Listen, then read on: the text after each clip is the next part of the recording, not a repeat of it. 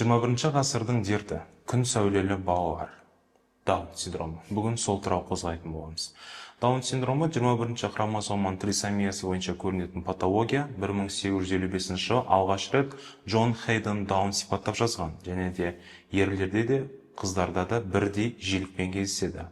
Оның ең басты фенотиптік белгілері Даун синдромымен ауыратын балалардың шүйделері тегіс, бас сүйектері кішкентай және ақыл есі кем болады. Мұрындарының түбі жалпақ және де көздері қысым болып келеді. Оларды оқытып үйретуге болады, бірақ жазуға және санауға үйрету мүмкін емес. Және де ең басты белгісі Даун синдромымен ауыратын балалардың 5-ші саусақта 2 буын бүгілісі емес, тек қана 1 буын бүгілісі және де бүкіл алақан бойында 1 сызық өтеді. Даун синдромымен ауыратын балалардың сонымен қоса ішкі секреция бездерінің жұмысы және жүрек қан тамырлар жүрек жұмысы толығымен бұзылған болып келеді.